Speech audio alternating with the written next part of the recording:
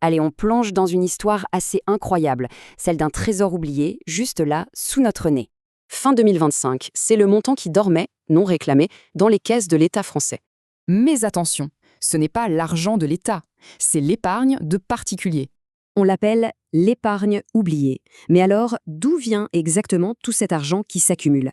Ce qui est fou, c'est de voir la courbe. Le montant a plus que doublé depuis 2016. En fait, chaque année, les banques alimentent ce fonds avec l'argent des comptes inactifs. Et ça vient de partout. Livret A, assurance vie, épargne salariale, ça concerne beaucoup de monde.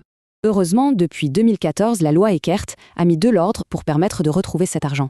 Du coup, comment on fait? L'État a mis en place une solution unique, officielle et surtout gratuite. Cette solution, c'est Cyclade.fr. Pensez-y comme la seule clé d'accès officielle à ce trésor. Le processus se veut vraiment simple. 3 étapes suffisent pour lancer une recherche sur le site. Et la grande question, est-ce que ça marche? La réponse est oui, et de plus en plus. Les chiffres sont clairs. Rien qu'en 2025, 174 000 recherches ont abouti. C'est un sacré bond.